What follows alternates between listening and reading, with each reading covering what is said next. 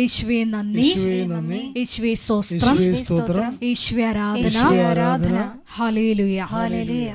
Kripasanam Marian ഉടമ്പടി ധ്യാനത്തിലേക്ക് നമ്മൾ ഭക്തിപൂർവ്വം പ്രവേശിക്കുകയാണ്. ഈശോയോട് നമുക്ക് ഹൃദയത്തിൽ നന്ദി പറയാം. ദൈവപിതാവിനാൽ ആകർഷിക്കപ്പെട്ട് പരിശുദ്ധ ദൈവമാതാവ് ജീവനോടെ പ്രത്യക്ഷപ്പെട്ട ഈ ആലയത്തിൽ ഈ സമയം നമ്മളെ ഒരുമിച്ച് കൂട്ടിയ ദൈവപിതാവിൻ്റെ സ്നേഹത്തിന് നമുക്ക് ഹൃദയത്തിൽ നന്ദി പറയാം. 2004 ഡിസംബർ 7 ഉച്ചകഴിഞ്ഞ് 2:30 ഇതുപോലൊരു ആരാധന മധ്യയാണ് ദൈവമാതാവ് സമയഘടികാരം നെഞ്ചിൽ ചാർത്തി ഈ അൾത്താരയിൽ പ്രത്യക്ഷയായിക്കൊണ്ട് ദുരന്തം ഉണ്ടാകുവാൻ പോകുന്നു, പ്രാർത്ഥിക്കണമെന്ന വലിയ ദൈവിക സന്ദേശം കൈമാറിയത്. ജീവിതത്തിൻ്റെ വിവിധ ദുരന്തമുഖങ്ങളിലായിരുന്നു കൊണ്ടാണ് നമ്മളും പരിശുദ്ധ ദൈവമാതാവ് ജീവനോടെ പ്രത്യക്ഷപ്പെട്ട ഈ ആലയത്തിൽ വന്നുകൊണ്ട് മരിയൻ ഉടമ്പടി എടുത്തുകൊണ്ട് നമ്മളെ തന്നെ വിശുദ്ധീകരിച്ചുകൊണ്ട് ദൈവകൃപയെ നോക്കി പാർക്കുന്നത്. ഈ ധ്യാനം നയിക്കുവാൻ പോകുന്ന കൃപാസനത്തിൻ്റെ സ്ഥാപക ഡയറക്ടറായ ബഹുമാനപ്പെട്ട VP ജോസഫ് അച്ഛനെ ദൈവപിതാവിൻ്റെ കരങ്ങളിൽ സമർപ്പിച്ച് നമുക്കൊരു നിമിഷം പ്രാർത്ഥിക്കാം. ഈശോ, ഈ ആരാധനയിലൂടെ നീളം അച്ഛനിലൂടെ നീ തന്നെ ഞങ്ങളോട് സംസാരിക്കണമേ എന്ന് നമുക്ക് ഹൃദയത്തിൽ പറയാം. ഉടമ്പടി നിബന്ധനകൾ വിശ്വസ്തതാപൂർവം പാലിക്കുവാനുള്ള അധിക അഭിഷേകം ഈ ആരാധനയിലൂടെ ഞങ്ങൾക്ക് നൽകണമേ എന്ന് ഒരു നിമിഷം പ്രാർത്ഥിക്കാം. 2015 മുതൽ കൃപാസനത്തിൽ വന്ന് തീർത്ഥാടക ഉടമ്പടി എഴുത്തുപോയിട്ടുള്ള മുഴുവൻ മക്കളെയും ഈ ആരാധനയിൽ പ്രത്യേകമായിട്ട് സമർപ്പിച്ച് പ്രാർത്ഥിക്കാം. 2020 മുതൽ ഓൺലൈനായി ഉടമ്പടി എടുത്ത് പ്രാർത്ഥിക്കുന്ന മുഴുവൻ മക്കളെയും പ്രത്യേകമായിട്ട് ഈ അൾത്താരയിൽ സമർപ്പിച്ച് പ്രാർത്ഥിക്കാം. ഒപ്പം തന്നെ എല്ലാ ദിവസവും അവർ ഡെയിലി ബ്രെഡ് പ്രാർത്ഥനയിൽ പങ്കെടുത്ത് കണ്ണീരോടുകൂടി നിയോഗങ്ങൾ സമർപ്പിക്കുന്ന ഓരോ മക്കളുടെയും വ്യക്തിപരമായ നിയോഗങ്ങളെ അൾത്താരയിൽ സമർപ്പിച്ച് പ്രാർത്ഥിക്കാം. കൂടാതെ ഈ മരിയൻ ഉടമ്പടി ആരാധനയിൽ വിവിധങ്ങളായ സമയങ്ങളിൽ വിവിധ ഭൂഖണ്ഡങ്ങളിൽ ഇരുന്നു കൊണ്ട് പങ്കെടുത്ത് പ്രാർത്ഥിക്കുവാൻ പോകുന്ന മുഴുവൻ ദൈവമക്കളുടെയും നിയോഗങ്ങളെ അൾത്താരയിൽ നമുക്ക് ഒരു നിമിഷം സമർപ്പിച്ച് പ്രാർത്ഥിക്കാം. ഈശോ എല്ലാവരെയും പരിശുദ്ധ അമ്മയുടെ പ്രത്യക്ഷീകരണത്തിൻ്റെ സ്ഥിരം സാക്ഷികളാക്കി ഉയർത്തണമേ എന്ന് ഒരു നിമിഷം പ്രാർത്ഥിക്കാം. ഒപ്പം തന്നെ ഈ ധ്യാനത്തിൻ്റെ എല്ലാ ഭൗതിക സാഹചര്യങ്ങളെയും പ്രത്യേകമായിട്ട് അൾത്താരയിൽ സമർപ്പിച്ച് പ്രാർത്ഥിക്കാം. ഈശോയെ, ഓരോ വ്യക്തികളെയും സംവിധാനങ്ങളെയും ഉപകരണങ്ങളെയും എല്ലാം നിൻ്റെ ആത്മാവ് ഞങ്ങളിൽ വന്ന് നിറയുവാനുള്ള ചാലകങ്ങളാക്കി മാറ്റണമേ എന്നൊരു നിമിഷം പ്രാർത്ഥിക്കാം. ഒരിക്കൽ കൂടെ നാളിതുവരെ കൃപാസനത്തിൽ വന്ന് മരിയൻ ഉടമ്പടി എടുത്ത് പ്രാർത്ഥിച്ചു പോയിട്ടുള്ള മുഴുവൻ ദൈവമക്കളുടെയും നിയോഗങ്ങളെ അൾത്താരയിൽ സമർപ്പിച്ചുകൊണ്ട് ദിവ്യകാരുണ്യ നാഥനെ വരവേറ്റുകൊണ്ട് നമുക്കൊരു നിമിഷം കരങ്ങൾ ഉയർത്തി ശക്തമായി സ്തുതിക്കാം. Hallelujah, hallelujah, hallelujah, hallelujah. മഹത്വം, മഹത്വം, ആരാധന, ആരാധന. Hallelujah, hallelujah. ഈശോയേ, നിന്റെ വചനം കേൾക്കുവാൻ ഞങ്ങളുടെ ആന്തരിക ഹൃദയത്തെ ഒരുക്കണമേ എന്ന് പ്രാർത്ഥിക്കുന്നു. നിന്റെ ശക്തി ഈ സമയം ഈ ആലയത്തിൽ പ്രകടമാക്കണമേ എന്ന് പ്രാർത്ഥിക്കുന്നു. അപ്പോസ്തല സമൂഹത്തോടൊപ്പം ദൈവമാതാവിനോടൊപ്പം പ്രാർത്ഥിച്ച സിഹിയോൻ മാളികളിലേക്ക് പരിശുദ്ധാത്മ ശക്തി അയച്ചതുപോലെ ഞങ്ങളുടെ ഈ സമൂഹത്തിലേക്കും പരിശുദ്ധാത്മ ശക്തി അയക്കണമേ എന്ന് പ്രാർത്ഥിക്കുന്നു. പുത്തൻ പന്തക്കുസ്ത അനുഭവം നൽകണമേ എന്ന് പ്രാർത്ഥിക്കുന്നു. സാക്ഷികളാക്കി ഉയർത്തണമേ എന്ന് പ്രാർത്ഥിക്കുന്നു. Hallelujah, hallelujah, hallelujah, hallelujah, hallelujah. മഹത്വം, മഹത്വം. ദിവ്യകാരുണ്യനാഥനെ വരവേറ്റുകൊണ്ട് നമുക്ക് ദൈവസ്നേഹത്തോടെ ചേർന്ന് പാടാം. പരിശുദ്ധ പരമ ദിവ്യ കാരുണ്യത്തിന് ആരാധനയും സ്തുതിയും പുകഴ്ചയും ഉണ്ടായിരിക്കട്ടെ. പരിശുദ്ധ പരമ ദിവ്യ കാരുണ്യത്തിന് നേരവും ആരാധനയും സ്തുതിയും പുകഴ്ചയും ഉണ്ടായിരിക്കട്ടെ. പരിശുദ്ധ പരമ ദിവ്യ കാരുണ്യത്തിന് നേരവും ആരാധനയും സ്തുതിയും പുകഴ്ചയും ഉണ്ടായിരിക്കട്ടെ. പരിശുദ്ധ പരമ ദിവ്യ കാരുണ്യത്തിന് ആരാധനയും സ്തുതിയും പുകഴ്ചയും ഉണ്ടായിരിക്കട്ടെ. പരിശുദ്ധ പരമ ദിവ്യ കാരുണ്യത്തിന് ആരാധനയും സ്തുതിയും പുകഴ്ചയും ഉണ്ടായിരിക്കട്ടെ. പരിശുദ്ധ പരമ ദിവ്യ കാരുണ്യത്തിന് ആരാധനയും സ്തുതിയും പുകഴ്ചയും ഉണ്ടായിരിക്കട്ടെ. നമുക്കെല്ലാവർക്കും കൃപാസനം പ്രത്യക്ഷീകരണ മധ്യസ്ഥ പ്രാർത്ഥന ഏറ്റുചൊല്ലി പ്രാർത്ഥിക്കാം. അമ്മേ പരിശുദ്ധമ്മേ, അമ്മേ പരിശുദ്ധ അമ്മേ, ദൈവമാതാവേ, ദൈവമാതാവേ, കൃപാസനത്തിലൂടെ ഞങ്ങൾക്കും ഞങ്ങളുടെ ദേശത്തിനും അമ്മ മധ്യസ്ഥം തേടി തന്ന എല്ലാ അനുഗ്രഹങ്ങൾക്കും കൃപകൾക്കും ഞങ്ങളിപ്പോൾ ഹൃദയം നിറഞ്ഞ നന്ദി പറയുന്നു. സ്തുതിച്ചു പ്രാർത്ഥിക്കാം. Hallelujah, hallelujah, hallelujah. ആരാധന. നാളിതുവരെ ഞങ്ങൾക്ക് ലഭിച്ച എല്ലാ കൃപകൾക്കും അനുഗ്രഹങ്ങൾക്കും നന്ദി പറയുന്നു. പരിശുദ്ധ പരമ ദിവ്യ കാരുണ്യത്തിന് ആരാധനയും സ്തുതിയും പുകഴ്ചയും ഉണ്ടായിരിക്കട്ടെ. പരിശുദ്ധ പരമ ദിവ്യ കാരുണ്യത്തിന് ആരാധനയും സ്തുതിയും പുകഴ്ചയും ഉണ്ടായിരിക്കട്ടെ. അമ്മേ പരിശുദ്ധമ്മേ, അമ്മേ പരിശുദ്ധ അമ്മേ, ദൈവമാതാവേ, 2004 ഡിസംബർ 7-ാം തീയതി ഉച്ചകഴിഞ്ഞ് 2:30 കൃപാസനത്തിൽ സംഭവിച്ച അമ്മയുടെ പ്രത്യക്ഷപ്പെടലിനെ കുറിച്ച് തിരുസഭയ്ക്ക് സമർപ്പിച്ചിരിക്കുന്ന പഠനരേഖകളുടെ മേൽ സഭാത്മകമായ പഠനം ആരംഭിക്കുവാൻ ഞങ്ങൾ പ്രാർത്ഥിക്കുന്നു. അമ്മേ പരിശുദ്ധമ്മേ, ഭൂസ്വർലോകങ്ങളുടെ രാജ്ഞിയായ അങ്ങേയ്ക്ക് ഭൗമ സംരക്ഷണത്തിനായി പ്രപഞ്ച പ്രകൃതിയെ തന്നെ തിരുസഭ പ്രതിഷ്ഠിക്കുവാൻ ഈ പ്രത്യക്ഷീകരണം വഴി ഇടയാക്കണമേ. പരിശുദ്ധമ്മേ, ജപമാല മാതാവേ, സകല കൃപാസനം പ്രാർത്ഥനകളോടും ചേർത്ത് ഞങ്ങളിപ്പോൾ പ്രാർത്ഥിക്കുന്ന ഈ സമൂഹത്തിന്റെ പ്രത്യേക നിയോഗങ്ങളും മൗനമായിട്ട് നമ്മുടെ വ്യക്തിപരമായ പ്രാർത്ഥനാ വിഷയങ്ങൾ കൃപാസനത്തിൽ ജീവനോടെ പ്രത്യക്ഷയായ ദൈവമാതാവിൻ്റെ മധ്യസ്ഥതയിൽ ദിവ്യകാരുണ്യ സന്നിധിയിൽ സമർപ്പിച്ച് നമുക്കൊരു നിമിഷം മൗനമായി പ്രാർത്ഥിക്കാം. അമ്മയുടെ പ്രത്യക്ഷീകരണത്തിന്റെ ഈ അനുഗ്രഹവേളയിൽ ഞങ്ങൾക്ക് സാധിച്ചു തരുവാൻ കനിയണമേ. ആമേൻ. സ്തുതിച്ചു പ്രാർത്ഥിക്കാം. Hallelujah, hallelujah, hallelujah. മഹത്വം, ആരാധന, ഹല്ലേലൂയ, ഹല്ലേലൂയ, ഹല്ലേലൂയ. മഹത്വം, ആരാധന, ഹല്ലേലൂയ, ഹല്ലേലൂയ, ഹല്ലേലൂയ. എൻ്റെ പ്രിയപ്പെട്ടവരെ, ബൈബിളിൽ എന്നെ സ്വാധീനിച്ച ഒത്തിരി വചനങ്ങളിൽ ഒരു വചനമാണ് must we not take sorrow to.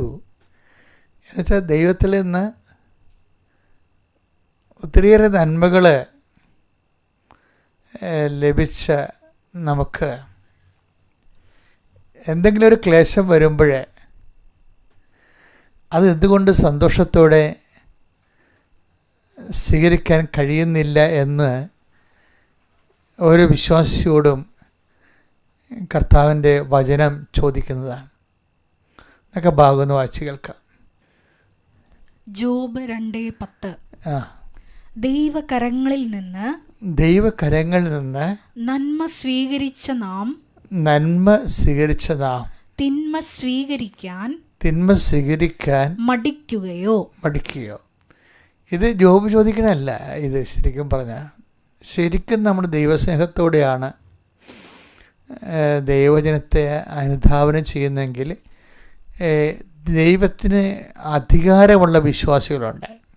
ഇപ്പം ദൈവത്തിന് അധികാരമുള്ള വിശ്വാസികൾ. ഇപ്പം ജോബിൻ്റെ പുസ്തകം വായിക്കുമ്പോൾ എനിക്കെപ്പോഴും തോന്നിയിരിക്കുന്നത് ജോബിനെ ജോബിൻ്റെ ജീവിതത്തിൻ്റെ മേലെ ദൈവം ഒരു സ്വന്തം വ്യക്തി അല്ലെങ്കിൽ ഒരു പടി എന്ന രീതിയിൽ മറ്റുള്ളവരെക്കാൾ കൂടുതൽ ദൈവം അവൻ്റെ മേലെ സമ്മർദ്ദങ്ങൾ ചെലുത്തുന്നുണ്ട്, സ്വന്തം ഒരു സ്വകാര്യ വസ്തുവിനെ പോലെ. അതുകൊണ്ടാണ് സാത്താനുമായിട്ടുള്ള ഡിസ്കഷൻ വരുന്നത്. സാത്താൻ നമുക്കറിയാലോ പ്രതീകാത്മകമാണ്. അതായത് സാധാരണ ഡിസ്കഷനിൽ ദൈവം അഭിമാനത്തോട് ചോദിക്കുന്നതാണ്. ദൈവത്തിൻ്റെ ഒരു എന്താണ് അഭിമാനമാണ് ജോബ്. അതായത് നീ ഭൂമിയിൽ എൻ്റെ ദാസനായ ജോബിനെ കണ്ടോ? അതാണ് ചോദ്യം. വായിച്ചത് ആ ഭാഗം ഒന്ന് വായിച്ചത്. ജോബ് 2:3. ജോബ് 2:3. എൻ്റെ ദാസനായ ജോബിനെ നീ ശ്രദ്ധിച്ചോ, അവനെ പോലെ നിഷ്കളങ്കനും നീതിനിഷ്ഠനും തിന്മയിൽ നിന്ന് അകന്ന് ജീവിക്കുന്നവനുമായി മറ്റാരെങ്കിലും ഭൂമുഖത്തുണ്ടോ? ദൈവം ഒരു മനുഷ്യനെക്കുറിച്ച് അഭിമാനിക്കുന്നത് ബൈബിളിലെ ഒരു വല്ലാത്ത ഒരു പ്രമേയമാണ്. ഇത് നമ്മളുടെ ഒരു റെഫറൻസ് പോയിൻ്റാണ്. നമ്മളും ഇപ്പോൾ എന്തെങ്കിലുമൊക്കെ സംഭവിക്കുമ്പോൾ അയ്യോ എനിക്ക് അത് കിട്ടിയിരുന്നെങ്കിൽ നമ്മൾ ആഗ്രഹിക്കത്തില്ലേ? അതുപോലെ ഒരു ആഗ്രഹം ഒരു ദൈവ പൈതലിന് തോന്നിക്കും. എന്താണ്? ദൈവം ജോബിനെക്കുറിച്ച് പറഞ്ഞ പോലെ എന്നെക്കുറിച്ച് പറഞ്ഞിരുന്നെങ്കിലെന്ന്. എന്താണ്? എൻ്റെ ദാസനായ ജോബിനെ നീ കണ്ടോ? എന്നിട്ട് ജോബിൻ്റെ നിഷ്കളങ്കതയും നീതിനിഷ്ഠയും ഒക്കെ ആണ്. പക്ഷെ ആ നീതിനിഷ്ഠ എന്ന് പറയുമ്പോൾ നീതിനിഷ്ഠ എന്നുള്ളത് വലിയൊരു വിഷയമാണ്. ജോബിൻ്റെ നീതിനിഷ്ഠ അടിസ്ഥാനപ്പെടുത്തിയിരിക്കുന്നത് എന്താണ്? അത് ഈ 2:10. എന്താണ്?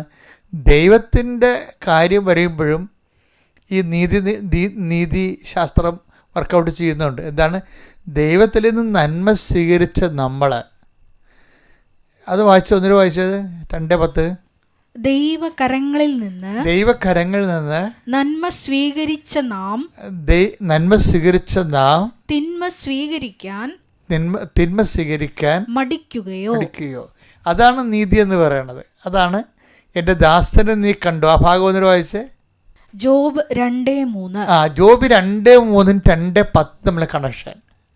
എൻ്റെ ദാസനായ ജോബിനെ നീ ശ്രദ്ധിച്ചോ, അവനെ പോലെ നിഷ്കളങ്കനും നീതിനിഷ്ഠനും തിന്മയിൽ നിന്ന് അകന്ന് ജീവിക്കുന്നവനുമായി മറ്റാരെങ്കിലും ഭൂമുഖത്തുണ്ടോ? ഇപ്പം എന്താ പ്രോബ്ലം എന്ന് വെച്ച് കഴിഞ്ഞാൽ ഈ നീതിനിഷ്ഠ എടുത്ത് പറയുന്നുണ്ട്. ഈ നീതിനിഷ്ഠ ആധ്യാത്മികമൊക്കെ ദൈവവുമായിട്ടുള്ള ജീവിത ഇടപാടുകളിലും ഈ നീതി അവൻ സ്വയം സഹിച്ചുകൊണ്ട് നീതി തന്നെയാണ് ഉറച്ചു നിൽക്കുന്നത്. അതാണ് ചോദിക്കുന്നത്. ദൈവത്തിൽ നിന്ന് നമ്മൾ ഒത്തിരി നന്മ സ്വീകരിച്ചവരാണ്. അപ്പോൾ ദൈവത്തിൽ നിന്ന് എപ്പോഴെങ്കിലും തിന്മകൾ വരുമ്പോഴും നമ്മൾ അതിനെ എന്തുകൊണ്ടാണ് അലോസരപ്പെടുന്നത്? അതാണ് അവൻ്റെ നീതിബോധം എന്ന് പറയുന്നത്. ഇതൊരു ഉയർന്ന നിലവാരമുള്ള ഒരു മാനവികതയാണ്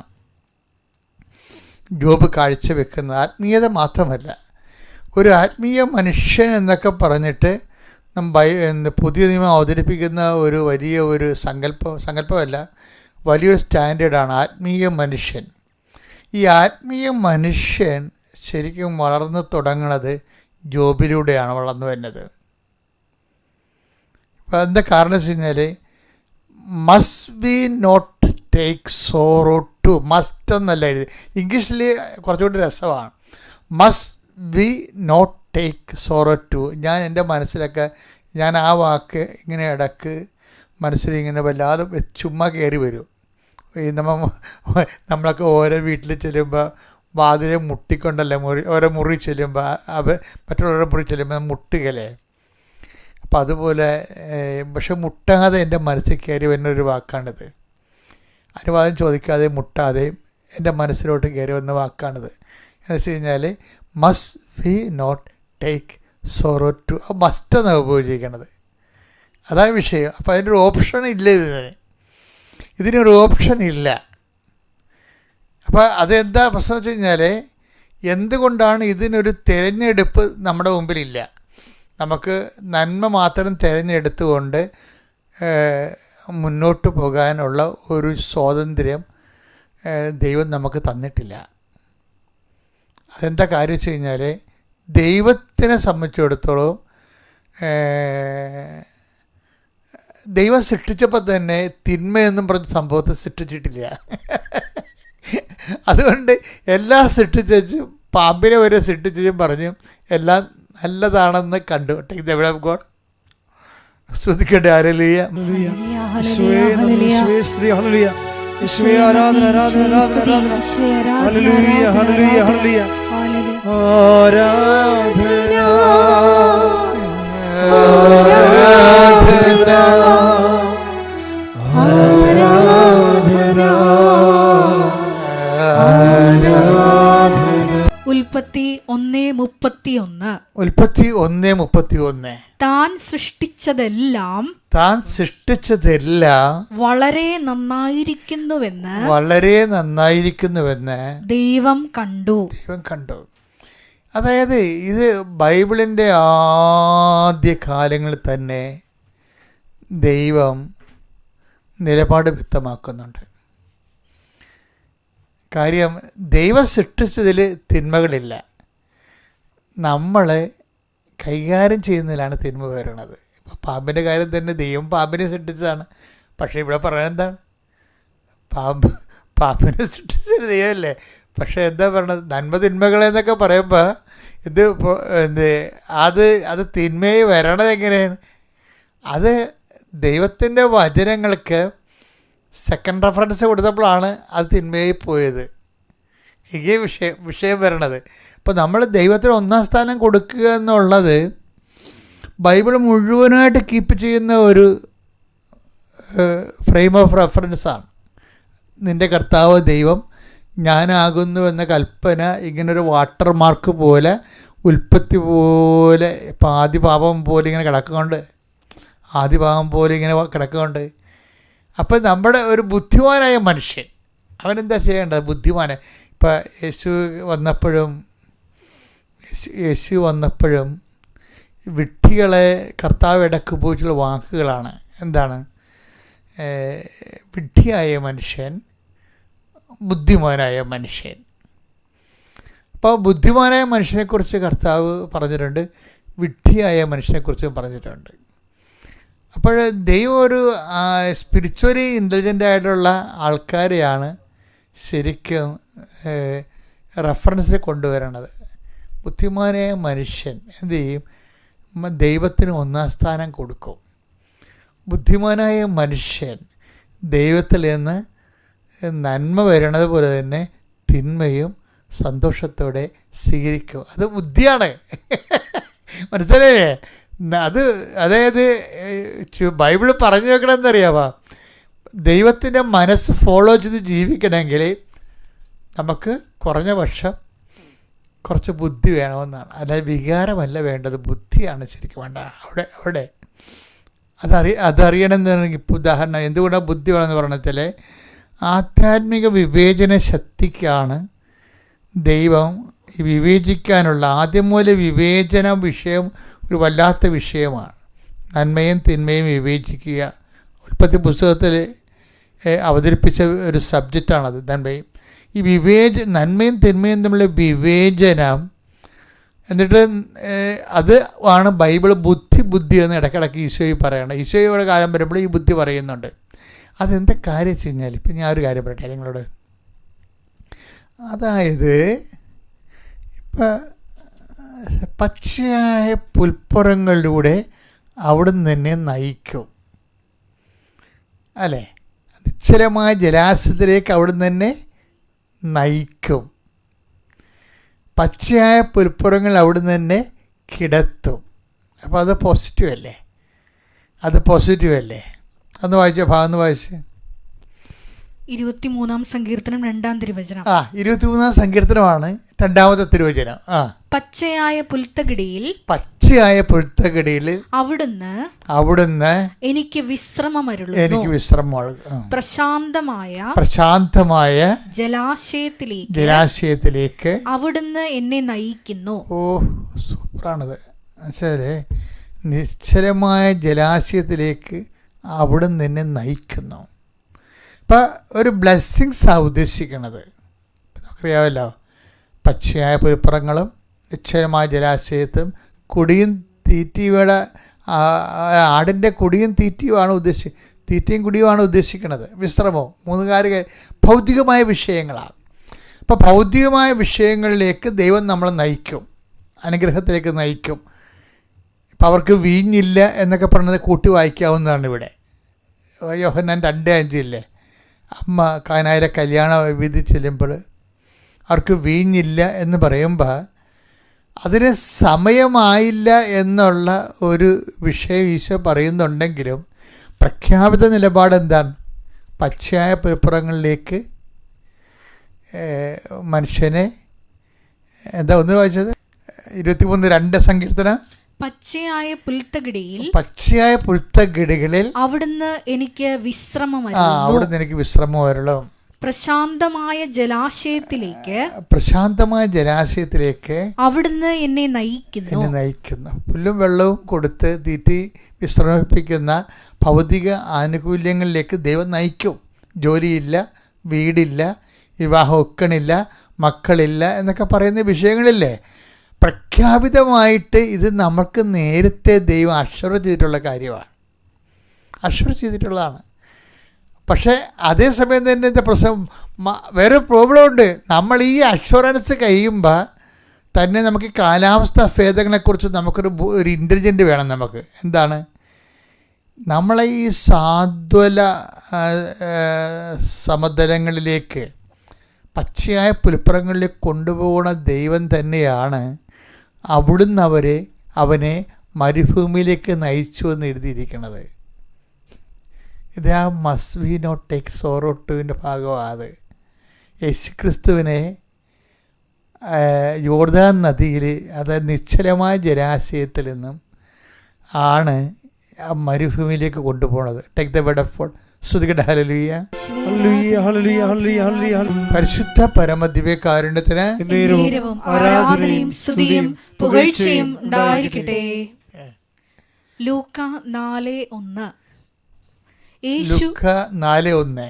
യേശു പരിശുദ്ധാത്മാവ് നിറഞ്ഞവനായി ജോർദാനിൽ നിന്ന് മടങ്ങി ആത്മാവ് അവനെ മരുഭൂമിയിലേക്ക് നയിച്ചു. അവൻ ഇത് കണ്ടല്ലേ, ഇത് നിസ്സാരമായ ഒരു വചനമല്ല. ഇതിൻ്റെ കണക്ഷൻ കിടക്കുന്നത് പച്ചയായ പുൽപ്പുറങ്ങളിലും നിശ്ചലമായ ജലാശയങ്ങളുമാണ്. അവിടുന്ന് തന്നെ പച്ചയായ പുൽപ്പുറങ്ങൾ അവിടെ നിന്ന് കിടത്തും, നിശ്ചലമായ ജലാശയത്തേക്ക് അവിടെ തന്നെ നയിക്കും. അങ്ങനെ നയിച്ച് ജോർദാൻ നദിയിൽ ജ്ഞാനസ്നാനം സ്വീകരിച്ച ഈശോ പരിശുദ്ധ നിറഞ്ഞു കഴിയുമ്പോൾ പിന്നെ എന്താ ചെയ്യേണ്ടത്? കാലാവസ്ഥ മാറി. Must we not take sorrow to ചോദിക്കണില്ലേ? ആ ദൈവത്തിൻ്റെ ചോദ്യമാണത്. അത് ഉത്തരം പറയാൻ കഴിഞ്ഞില്ലെങ്കിൽ നീ ഒരു വിശ്വാസമായിട്ട് തുടരാൻ നിങ്ങൾ അക്സെപ്റ്റബിൾ അല്ല. അതാണ് വിഷയം. മസ്റ്റ് വി നോട്ട്, അത് നിസ്സാര കാര്യമല്ലത്. എന്താ കാര്യം എന്ന് വെച്ച് കഴിഞ്ഞാൽ ഈ ജോർദാനിൽ നിന്ന് പിന്നെന്താണ് എഴുതിയിരിക്കുന്നത്? ആ ജോർദാൻ നദിമുഖത്ത് നിന്ന് എങ്ങോട്ടാണ് ഈശോ പോണത്? ഒന്ന് വായിച്ചത് ലൂക്ക 4:1. അതെ. യേശു പരിശുദ്ധാത്മാവ് നിറഞ്ഞ് ജോർദാനിൽ നിന്ന് മടങ്ങി, ജോർദാൻ നദിമുഖത്തിൽ നിന്ന് മടങ്ങി ആത്മാവ് അവനെ മരുഭൂമിയിലേക്ക് നയിച്ചു. അപ്പം നോക്കിയേ, ഇവ മൗനമായി തന്നെ പോവുകയാണ്. യാതൊരു റിയാക്ഷനുമില്ല, റെസ്പോൺസില്ല, അതുപോലെ തന്നെ മൽപ്പിടുത്തങ്ങളില്ല, ഒന്നുമില്ല. അതായത് ഈ നദീമുഖത്ത് നിന്ന് പിന്നീട് നേരെ ഓപ്പോസിറ്റ് കാലാവസ്ഥയിലേക്കാണ് ഈശോ പോണത്. അതുകൊണ്ടാണ് ജോബ് ചോദിക്കുന്നത്, must be not take sorrow too. അതൊക്കെ മുമ്പ് ഈശോയ്ക്ക് ഒരു സ്റ്റാറ്റസ് കൊടുക്കും ദൈവം. ഭയങ്കര രസമാണ് ഈ ബൈബിള്. അതായത് ഈ ജോർദാൻ നദിയിൽ വെച്ച് ഈശോയ്ക്ക് സ്റ്റാറ്റസ് കൊടുക്കും. എന്താ പറയണത്? This is my beloved sun. അതാണ് സ്റ്റാറ്റസ്. ഈ സ്റ്റാറ്റസ് വാങ്ങിച്ചിട്ടാണ് ഈശോ മരുഭൂമിയിലേക്ക് പോണത്. അവരൊന്നും എടുത്തേ. ദൈവമേ വരണേ, എൻ്റെ ഉള്ളിൽ വസിക്കാൻ വരണേ. ആത്മാവാം ദൈവമേ വരണേ, എൻ്റെ ഉള്ളിൽ വസിക്കാൻ വരണേ. ദാഹിച്ചു നിന്നെ ഞാൻ തേടുന്നു, സ്വർഗം തുറന്നിറങ്ങി നീ വരണേ. ദാഹിച്ചു നിന്നെ ഞാൻ തേടുന്നു, സ്വർഗം തുറന്നിറങ്ങി നീ വരണേ. ആത്മാവാം ദൈവമേ വരണേ. സ്നാനം കഴിഞ്ഞയുടൻ യേശു വെള്ളത്തിൽ നിന്ന് കയറി. അപ്പോൾ സ്വർഗം തുറക്കപ്പെട്ടു. ദൈവാത്മാവ് പ്രാവിന്റെ രൂപത്തിൽ തന്റെ മേൽ ഇറങ്ങി വരുന്നത് അവൻ കണ്ടു. ഇവൻ എന്റെ പ്രിയപുത്രൻ, ഇവനിൽ ഞാൻ പ്രസാദിച്ചിരിക്കുന്നു എന്ന് ഒരു സ്വരം സ്വർഗത്തിൽ നിന്ന് കേട്ടു. ഇതാണ് ഈശോയ്ക്ക് കിട്ടിയ സ്റ്റാറ്റസ്. എന്താണത്? പദവി എന്താണ്? ഇവൻ എൻ്റെ, this is my beloved sun. ഇപ്പം സ്റ്റാറ്റസ് ഡിക്ലെയർ ചെയ്ത് ഡിഫൈനായി അല്ലേ? ഇനി മരുഭൂമി എന്താ? ഇനി നേരെ ഈശോനെ മരുഭൂമിയിലേക്ക് കൊണ്ടുപോകണ കാണാം. നമ്മുടെ ജീവിതമായിട്ട് കൂട്ടിച്ച് വായിക്കണം കേട്ടോ. ഇത് നമ്മൾ പലപ്പോഴും ജീവിക്കുന്ന ജീവിതം ആധ്യാത്മിക ജീവിതമല്ല, ഭക്ത ജീവിതമാണ്. ഭക്ത ജീവിതം ആർക്ക് വേണം? നമ്മളെല്ലാം ജീവിച്ചു കൊണ്ട ജീവിതം ഉണ്ടല്ല, ഭക്ത ജീവിതമാണ്. ഭക്ത ജീവിതവും ബൈബിൾ ജീവിതവും തമ്മിൽ ചില സമയത്ത് സമാന്തര രേഖയായി പോകുന്നുണ്ട്. അതുകൊണ്ട് ഈ മനുഷ്യൻ ഗതി പിടിക്കാത്തതിൻ്റെ കാരണം എന്താ കാര്യം വെച്ച് കഴിഞ്ഞാൽ ഇത് അക്സെപ്റ്റ് ചെയ്യാൻ നമ്മൾ തയ്യാറാകണം. ഇപ്പം ഭക്തിയുടെ കൊടുമുടിയിൽ നിന്ന് ഈശോ ഇറങ്ങി എങ്ങോട്ടാണ് പോണത്? ആത്മാവിനെ മരുഭൂമിയിലേക്ക് കൂട്ടിക്കൊണ്ടു പോകും. അപ്പോൾ അവൻ്റെ ഈ സ്റ്റാറ്റസ് എന്താണ്? ബിലവഡ് സണ്ണാണ്. ഈ ബിലവഡ് സൺ ആരുടെ ബിലവഡ് സണ്ണാണ്? ദിസ് ഈസ് മൈ ബിലവഡ് സണ്ണാണ്. പിതാവായ ദൈവത്തിൻ്റെ സ്വന്തം പൊന്നോമന മകനാണ്. അതാണ് സ്റ്റാറ്റസ്. ഇനി മരുഭൂമി എക്സ്പീരിയൻസ് വരുമ്പോൾ ഇപ്പം ഈ എക്സ്പീരിയൻസ് എന്ത് എക്സ്പീരിയൻസാണ്? ദൈവം നമ്മുടെ പിതാവാണ്, നമ്മളെ ദൈവത്തിന് മഹത്വവും അതുപോലെ തന്നെ നമ്മൾക്ക് ദൈവം അംഗീകാരമൊക്കെ നൽകിക്കൊണ്ടിരിക്കുന്ന ഒരു വലിയ പശ്ചാത്തലപ്പുറങ്ങളിലാണ് നമ്മൾ നിൽക്കുന്നത്. നിശ്ചയമായ ജലാശയത്തിൽ നമ്മൾ നിൽക്കുകയാണ്.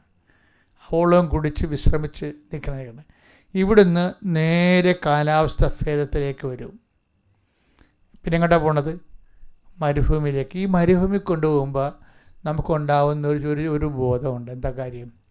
ലൂക്ക 4:1 യേശു പരിശുദ്ധാത്മാവ് നിറഞ്ഞവനായി ജോർദാനിൽ നിന്ന് മടങ്ങി. അതായത് ഈ ജോർദാനിൻ്റെ എല്ലാ സർവ്വസമ്പദ് സമൃദ്ധിയിൽ നിന്നും മടങ്ങുകയാണ്. എപ്പോഴായാലും മടങ്ങേണ്ടി വരും മക്കളെ.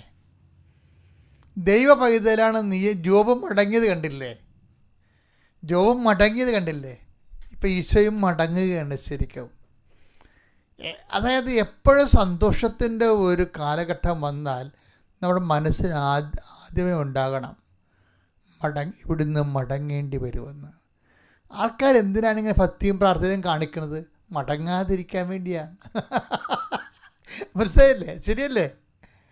അതായത് നമുക്ക് പണി ഉണ്ടാക്കല്ലേ, പണി വരല്ലാതിരിക്കുന്നത്. പക്ഷേ ദൈവപൈതലാണെങ്കിൽ ഈ ബൈബിളിലെ നിർഭയത്വം എന്താണ്?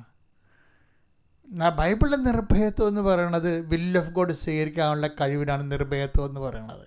അല്ലാതെ ഇടിവെട്ടും പാമ്പ് കഴിയുമൊന്നുമല്ല. ബൈബിളിലെ നിർഭയത്വം എന്ന് പറഞ്ഞാൽ എന്താണ്? വിൽ ഓഫ് ഗോഡ് കാലാവസ്ഥ ഭേദങ്ങളോടുകൂടി അക്സെപ്റ്റ് ചെയ്യാനുള്ള കഴിവിനാണ് ബൈബിൾ നിർഭയത്വം എന്ന് പറയുന്നത്. എന്താ കാര്യം?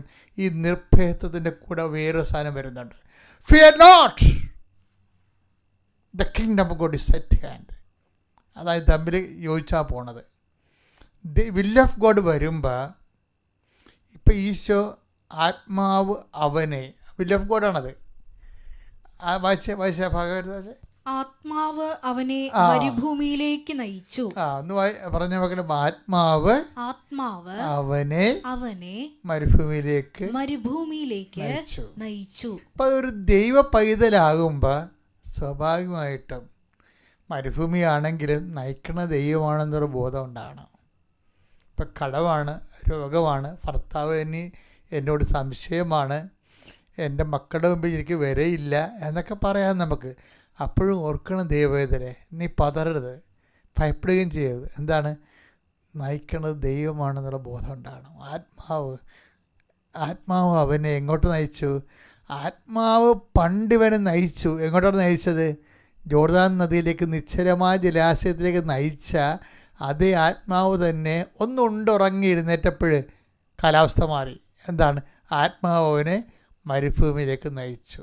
ഇതേ ആത്മാവ് തന്നെ. ഇത് അക്സെപ്റ്റ് ചെയ്യാൻ പറ്റുന്നില്ല. ഇത് അക്സെപ്റ്റ് ചെയ്യണമെങ്കിൽ മിനിമം ധൈര്യം വേണം. കാര്യം നമുക്കിത് must we not take sorrow too. അതാണ് നമ്മൾ കഴിഞ്ഞ ദിവസങ്ങളിലെല്ലാം ഈ ദിവസങ്ങളെല്ലാം കണ്ടുകൊണ്ടിരിക്കുന്നത്, ഇപ്പോൾ പറഞ്ഞുകൊണ്ടിരിക്കുന്നത് തന്നെയാണ്. അതായത് ഇതെല്ലാം കണക്റ്റഡാണ്. ഇതെല്ലാം വെച്ചാൽ നമ്മൾക്ക് ഇനി ഈശോ മരുഭൂമിയിൽ ചെല്ലുമ്പോഴെന്താ സംഭവിക്കണത്? മരുഭൂമി ചെല്ലുമ്പോൾ നമുക്ക് പ്രതീക്ഷിക്കാവുന്നതെല്ലാം സംഭവിക്കുന്നുണ്ട് അവിടെ. എന്താ കാരണത്? മരുഭൂമിയിൽ ചെല്ലുമ്പോൾ സംഭവിക്കുന്നത് എന്താണ്? പരീക്ഷണങ്ങളാണ് വരണത്. പിന്നെ മരുഭൂമി എന്ന് പറഞ്ഞാൽ പിന്നീട് വചനം ഞാൻ ഓർത്തില്ല, ഈ ബൈബിൾ ഇത്രയും ഡെപ്താണെന്നറിയത്തില്ലേ. വിലാപങ്ങളുടെ പുസ്തകത്തിലൊക്കെ കണ്ടില്ലേ, 3:22 ഓരോ ദിവസവും കർത്താവ് പുതിയ സ്നേഹമെന്ന് പറയരുത്. ഇതുപോലെയാണ് പുതിയ സ്നേഹവും പുതിയ സംഭാഷണവും. ഒരേ വചനം തന്നെ ആയിരിക്കും, പക്ഷേ ഓരോ ദിവസവും കർത്താവ് വ്യത്യസ്തങ്ങളായ വചനത്തിന് പ്രത്യേകമായ കമ്മ്യൂണിക്കേഷൻ മോഡ് തരും. ഓരോരോ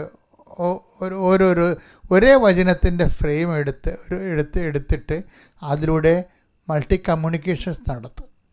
സംവേദനം ചെയ്യുന്ന ആശയങ്ങൾ വ്യത്യസ്തമായിരിക്കും. സംഭാഷണവും വാക്കുകളെല്ലാം ഒന്നായിരിക്കും, ആശയം വേറെ ആയിരിക്കും. അങ്ങനെയാണ് വചനം കമ്മ്യൂണിക്കബിൾ ആകണത്. സംഭാഷണമൊക്കെ എല്ലാം ഒന്നായിരിക്കും, ആശയം വേറെ ആയിരിക്കും. പലപ്പോഴും അതാണ് ഈ ഓരോ പ്രഭാതത്തിലും. ഇപ്പം നിങ്ങൾ ഓരോ പ്രഭാതത്തിലും അതായത് വിലാപങ്ങൾ എടുത്തേ.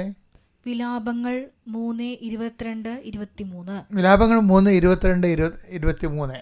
കർത്താവിന്റെ സ്നേഹം ഒരിക്കലും അസ്തമിക്കുന്നില്ല. അവിടുത്തെ കാരുണ്യം അവസാനിക്കുന്നില്ല.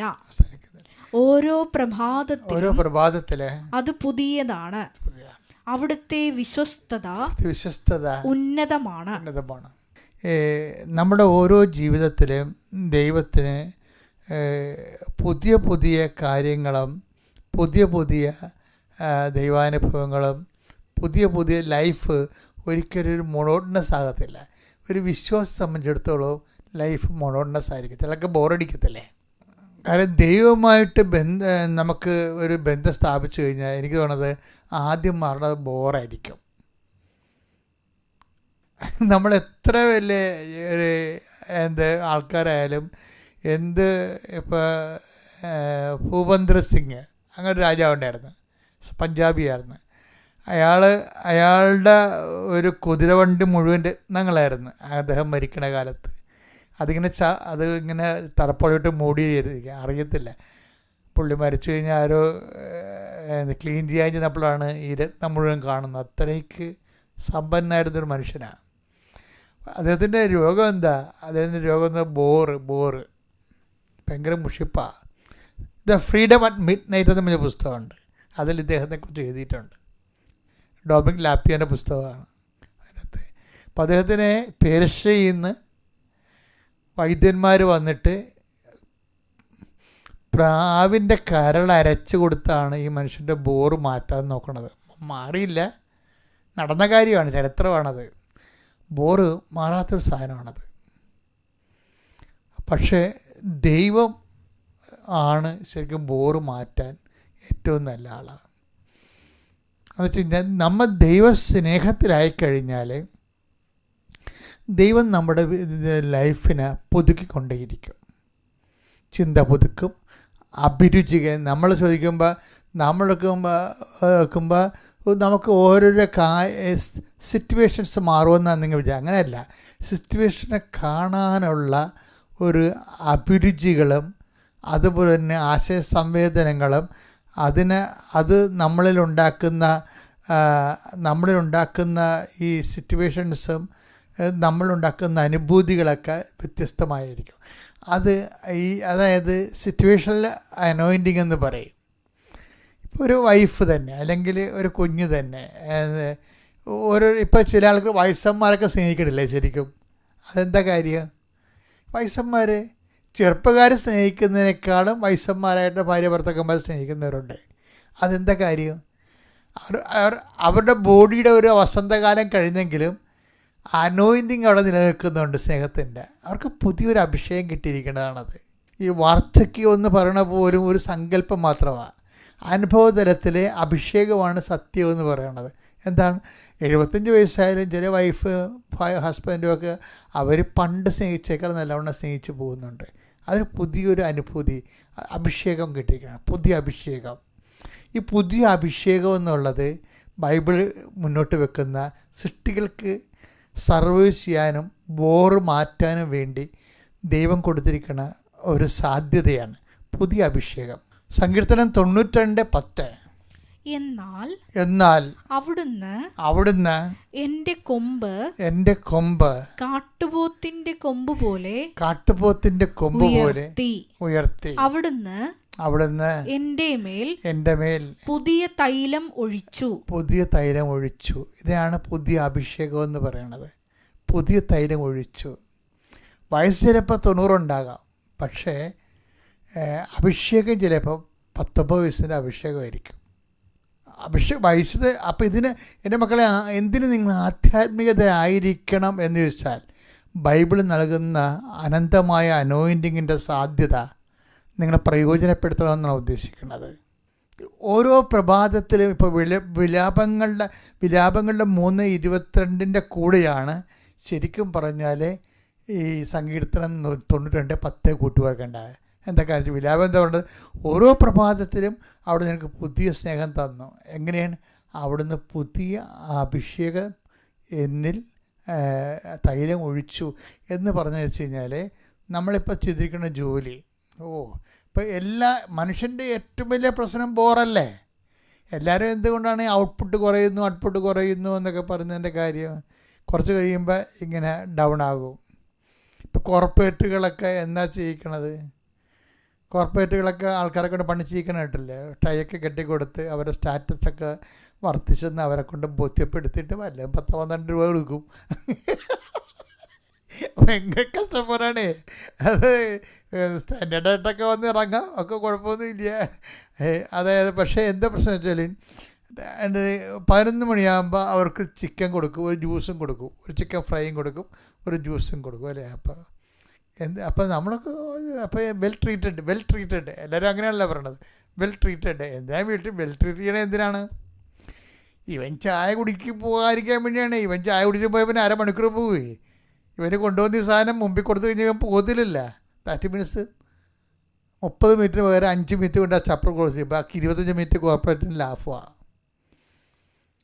പക്ഷേ എന്നാലും സെയിം വർക്ക് തന്നെ ചെയ്തുകൊണ്ടിരിക്കണമെങ്കിൽ ഇവന് ബോറടിക്കും. അവനെന്ത് ചെയ്യും? ടേബിൾ ചേഞ്ച് ചെയ്ത് കൊടുക്കും, എന്നിട്ട് സ്റ്റാർ കൊടുക്കും. ശമ്പളം വല്ല 10-50 രൂപ അല്ലെങ്കിൽ 5000 രൂപയൊക്കെ കൂട്ടി കൊടുക്കുകയുള്ളൂ.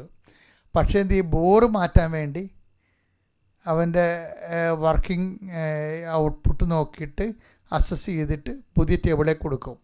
പുതിയ ടേബിളും പുതിയ ആംബിയൻസ് ക്രിയേറ്റ് ചെയ്ത് കൊടുക്കും.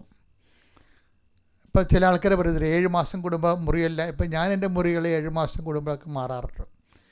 അതെന്ന് വെച്ച് കഴിഞ്ഞാൽ എനിക്ക് ഞാൻ എപ്പോഴും എഴുതുമ്പോൾ സെയിം സിറ്റുവേഷൻസ് വരുമ്പോൾ എഴുത്തിനെ ബാധിക്കാതിരിക്കാൻ വേണ്ടി ചെയ്യണതാണ്. ഒരു ചെറിയൊരു ആൾട്രേഷൻസ് വരുത്തും. കാര്യം എൻ്റെ പുസ്തകങ്ങൾ എനിക്ക് അവിടെ നിന്നൊക്കെ എടുക്കണമല്ലോ. അപ്പോൾ ഏറ്റവും അത്യാവശ്യമുള്ള പുസ്തകങ്ങൾ അടുത്ത് വെക്കാൻ വേണ്ടി ഞാൻ ചിലപ്പോൾ റീഅറേഞ്ച് ചെയ്യും. ബോറിൻ്റെ പ്രശ്നമല്ലത്. പക്ഷേ എന്നാലും ശരി, മനുഷ്യൻ്റെ മനസ്സിൽ ഇങ്ങനെ ഒരു പ്രശ്നങ്ങളുണ്ട്. ഒരാളെ കാണുമ്പോൾ ബോറടിക്കുക, സ്നേഹം കൊടുത്ത് കുറഞ്ഞു പോകണമെന്ന് പറഞ്ഞിട്ട് സ്നേഹം കുറഞ്ഞിട്ടൊന്നുമല്ല. കാര്യം ഈ ബോറെന്നുള്ള സംഭവം വർദ്ധിക്കുന്നത് കൊണ്ടാണ് മറ്റുള്ളവർക്കൊരു മൊണോട്ടണസ്സായിട്ടൊക്കെ തോന്നുന്നത്. പക്ഷേ ആധ്യാത്മികതയിൽ ഉണ്ടാകുമ്പോൾ നമ്മളെ സംബന്ധിച്ചിടത്തോളം ഇതിൻ്റെ പാക്കേജ് കൂടി ഇട്ടുകൊണ്ടാണ് ദൈവം സൃഷ്ടികൽപ്പന ചെയ്തിരിക്കുന്നത്. അതാണ് ഓരോ പ്രഭാതത്തിലും പുതിയ കാഴ്ചപ്പാട്. നമ്മുടെ കുഞ്ഞുങ്ങളെയും ഒക്കെ പുതിയ കണ്ണുകൊണ്ട് നമ്മൾ കാണും.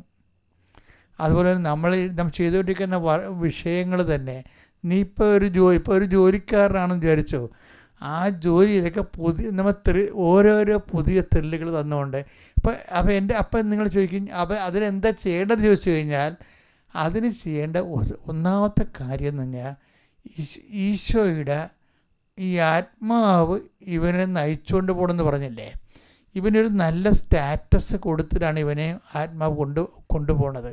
നമ്മളത് വായിച്ചതാണല്ലേ, അല്ല ഈ ദിവസം കണ്ടതല്ലേ അത്. അതായത് ഇതിനെ ഈശോ ശാന്തമായിട്ടാണ് ഈ വിഷയത്തെ അക്സെപ്റ്റ് ചെയ്യണത്. ശാന്തമായിട്ട് മരുഭൂമിയിലേക്കാണല്ലോ പോണത്. അവിടെ ചെല്ലുമ്പോൾ ഇനിയും വല്ലാത്ത പെടുമരണമായിരിക്കുക. അപ്പോഴെല്ലാം ഞാൻ ആദ്യം നേരത്തെ പറഞ്ഞിട്ടുള്ള must we not sorrow too take sorrow too, അത് ജോബിൻ്റെ കാറ്റഗറിക്കൽ ക്വസ്റ്റ്യനാണ്.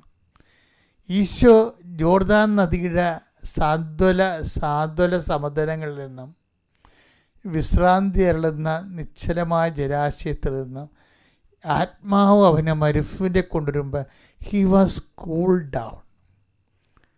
ശബ്ദമായിരുന്നു ആ വിഷയത്തെക്കുറിച്ച്. എന്ന് വെച്ച് കഴിഞ്ഞാൽ കാലാവസ്ഥ ഭേദങ്ങളിലെ ഒരു വ്യക്തി കൈവരിക്കുന്ന സുവിശേഷ വിഹിതമായ സംയമനം, അത് ദൈവം കൗണ്ട് ചെയ്യണതാണ്. അഭിഷേകത്തിൻ്റെ അടിസ്ഥാനം അതാണ്. എന്താണ്? കാലാവസ്ഥ ഭേദങ്ങളെ ഇപ്പം എല്ലാവരുടെയും പ്രശ്നം അതാണ്. ഇപ്പം കെട്ടിച്ച പെണ്ണുങ്ങൾ കെട്ടണമെങ്കിൽ തന്നെ മനസ്സിൽ തീരുമാനിക്കും, ഞാനൊരു കാരണവശാൽ അവിടെ പൊറുക്കത്തില്ല, വീട്ടിൽ തന്നെ പൊറുക്കത്തുള്ളെന്ന് വിചാരിക്കും. അപ്പം അതുകൊണ്ട് ഒന്നെങ്കിൽ അവൾ എത്രയും വേഗം പ്രഗ്നൻ്റായിട്ട് വയറ് വീർത്ത് തിരിച്ചു വരുവരും. അന്നേരം ആരോടും പറയത്തില്ല, കെട്ടിയാൽ പിന്നെ ഇവൾ പോകത്തില്ല. എന്താ കാര്യം? ഇതിവിടെ താമസിച്ച് അവിടെ മനസ്സ് അങ്ങനെ പാകപ്പെട്ടിരിക്കുന്നതാണ്. അപ്പപ്പ മമ്മി എന്നൊക്കെ പറഞ്ഞുകൊണ്ട് അങ്ങനെ ഇരിക്കണം. അവൻ്റെ ജീവിതം കോഞ്ഞിട്ടേ അത് പോയി. എത്ര മനുഷ്യരെ നശിപ്പിച്ചിരിക്കണേ. എന്നിട്ട് പിന്നെ നമ്മളിങ്ങനെ പൗഡർ ഇട്ടൊക്കെ മിടുക്കനൊക്കെ നടന്നിട്ട് കാര്യമില്ലേ ശരിക്കും പറഞ്ഞാൽ. ഇതിൻ്റെ ഭീരുത്വം പിന്നിലെല്ലാം വരണതില്ല വിഷയങ്ങളെല്ലാം. അപ്പം ഇതിനെ അതിജീവിക്കുന്നത് അനോയിൻറ്റിങ് കൊണ്ടാണ്. ഓരോ പ്രഭാതത്തിലും പുതിയ സ്നേഹമെന്ന് ഈശോ പറഞ്ഞില്ലേ.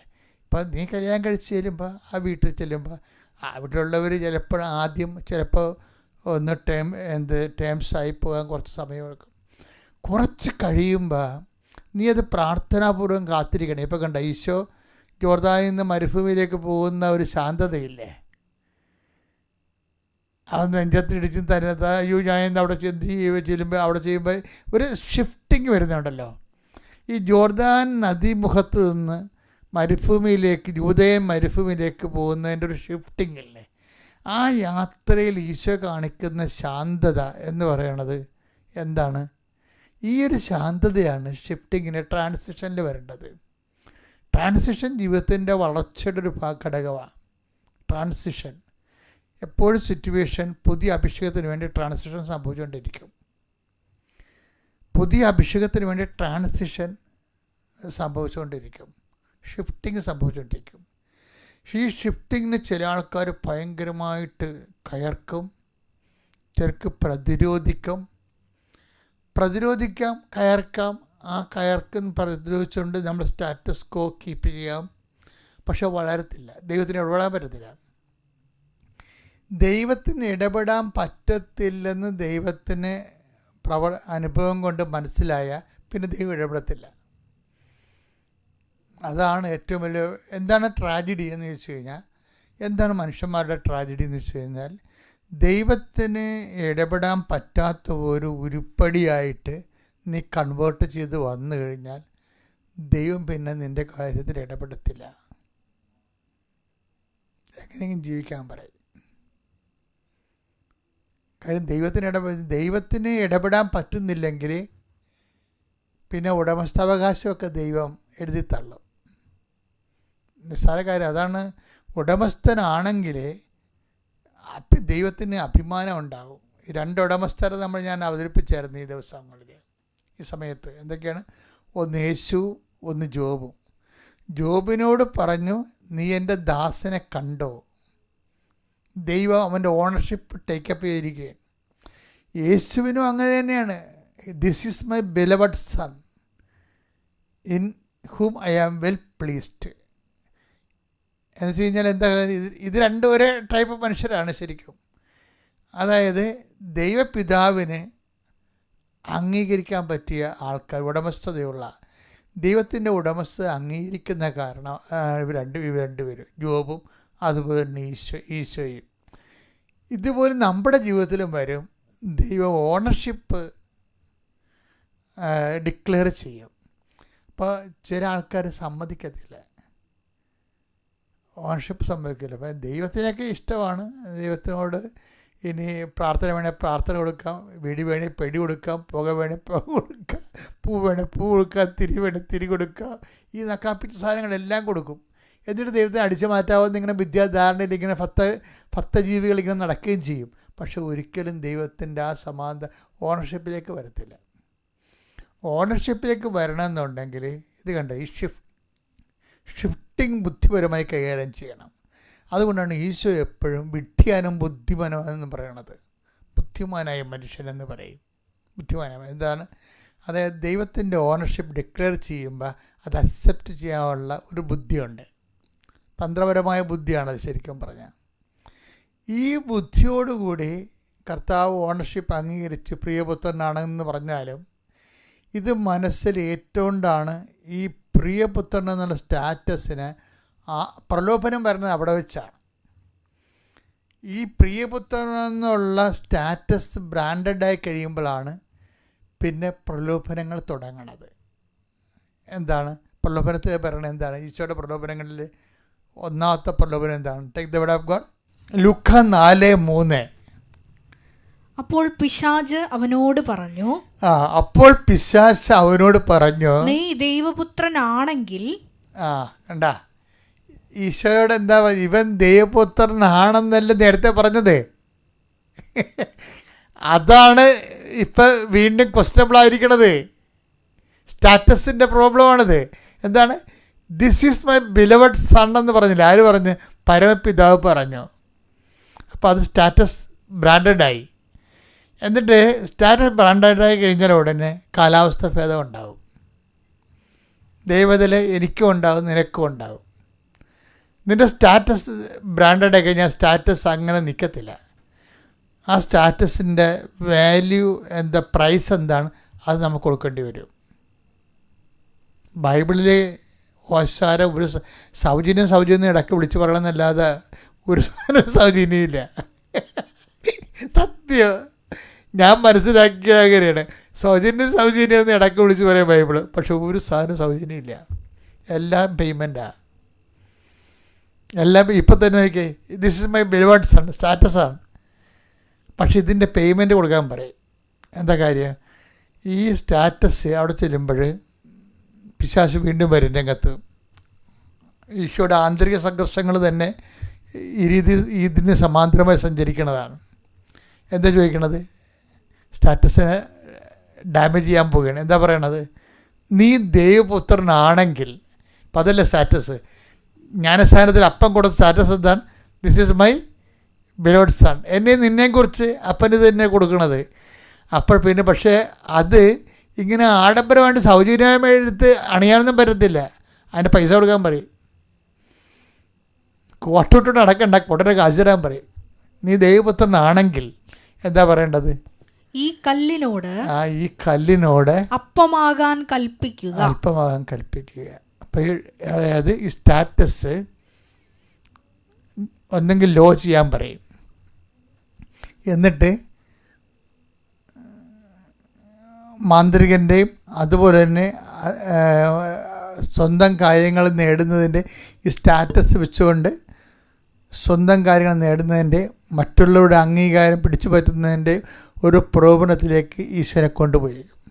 നീ ദൈവപുത്രനാണെങ്കിൽ, അപ്പോൾ ഈ ദൈവപുത്രനാണെന്നുള്ള സ്റ്റാറ്റസ് തെളിയിക്കാൻ വേണ്ടി നമുക്കൊരു പ്രലോഭനം അയാൾ തരും. ഒരു പ്രലോഭനം നമുക്ക് തരും. അത് നമ്മുടെ ഭക്തിയാകാം, നമ്മുടെ പ്രാർത്ഥനയാകാം. അതുകൊണ്ടാണ് എൻ്റെ മക്കൾ പറയണത്, നിങ്ങൾ ആവശ്യമില്ലാതെ അടയാളങ്ങൾ ചോദിക്കുക എന്ന് പറയും. ആവശ്യമില്ലാതെ അടയാളം ചോദിക്കുക ദൈവത്തിലേക്ക്. ഒത്തിരി പേര് ആവശ്യമില്ലാതെ അടയാളം ചോദിക്കുന്നത് നമ്മുടെ തന്നെ പ്രാർത്ഥന ദൈവം കേൾക്കുമോ എന്നറിയാൻ വേണ്ടിയാണ്. കഴിഞ്ഞ ദിവസങ്ങളിലൊരു സാക്ഷ്യം ഉണ്ടായിരുന്നു. ഒരു മോള് മാതാവിന് ഒരു പണി കൊടുക്കാൻ വേണ്ടി, നടക്കത്തില്ലെന്ന് എനിക്കറിയാം, എന്നാലും ഇതൊക്കെ വരെ നടക്കുക എന്നറിയാൻ വേണ്ടി എനിക്ക് വീടില്ലെന്ന് എഴുതി വെച്ച്, ഉടമ്പടിയിൽ വീടില്ലെന്ന് എഴുതി വെച്ച്, കിട്ടിയില്ലെന്നറിയാം. ഇവിടെ വന്നപ്പോൾ അത് അതായത് നടക്കാത്തൊരു കാര്യമാണെന്ന് അവളുടെ മനസ്സിലുണ്ട്. പക്ഷെ അതേസമയം തന്നെ അത് നടക്കാത്തതിലൂടെ ഉടമ്പടി തെറ്റാണെന്ന് ധരിക്കാനുള്ള ഒരു ലോകാരിമ്യം കൂടി അവളുടെ മനസ്സിലുണ്ട്.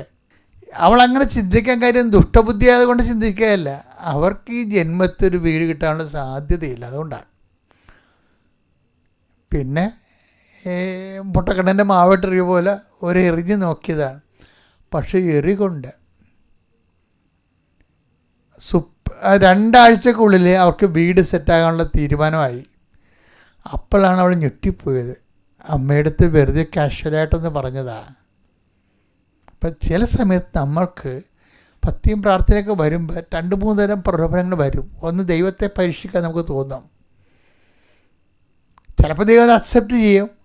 പക്ഷെ അതല്ല പ്രശ്നം. ഒരടയാളം കിട്ടിയതിന് ശേഷം ഞാൻ ദൈവത്തേക്ക് വരാം എന്ന് നമ്മൾ ചിന്തിച്ചാൽ, നമ്മൾ വന്നില്ലെങ്കിലും ദൈവത്തിന് പ്രത്യേകിച്ച് നഷ്ടമൊന്നും ഇല്ല എന്നുള്ളത് നമ്മൾ മനസ്സിലാക്കണം. ഒരിക്കലും എനിക്ക് മനസ്സിലാകാതിരിക്കണമെന്ന് വെച്ച് കഴിഞ്ഞാൽ, നമ്മൾ ദൈവത്തിനെ പരീക്ഷിക്കരുത്. ദൈവത്തിനെ പരീക്ഷിക്കാൻ മനുഷ്യന്മാർക്ക് പണ്ട് മുതലേ ഉള്ള, അതിന് മറുപടി എന്താ ഈശോ പറയണത്? 4:12 യേശു പറഞ്ഞു, നിന്റെ ദൈവമായ കർത്താവിനെ പരീക്ഷിക്കരുത് എന്നും പറയപ്പെട്ടിരിക്കുന്നു. ഇപ്പം മനുഷ്യന്മാർക്കുണ്ടാകുന്ന ഒരു വിഷയമാണ് എന്താണ്? ദൈവത്തെ പരീക്ഷിക്കുക. അത് എല്ലാവരും ചെയ്യണമെന്നറിയാമോ? ആൾക്കാർ ഇതൊക്കെ ചെയ്യണത്, ദൈവം ആദ്യം ഒരു അടയാളം തരട്ടെ എന്ന് പറയും. ദൈവം ഒരു അടയാളം ആദ്യം തരട്ടെ. അപ്പോൾ ആൾക്കാർക്ക് അത് ലോജിക്കാക്കാൻ നോക്കും ആൾക്കാർ. ദൈവം ഒരു അടയാളം ആദ്യം തരട്ടെ, അപ്പോൾ എൻ്റെ മാർക്ക് കൂടുവാൻ നോക്കട്ടെ. മാർക്ക് കൂടും, പക്ഷേ നീ ബ്രാൻഡഡ് ആകും. അതാണ് പ്രശ്നം. ദൈവം ഒരു അടയാളം തരട്ടെ എന്ന് മനുഷ്യനെ ജനിച്ച കാലം മുതൽ, മനുഷ്യൻ ജനിച്ച കാലം മുതൽ മനുഷ്യന് ഈ ടെൻഡൻസി ഉണ്ട്.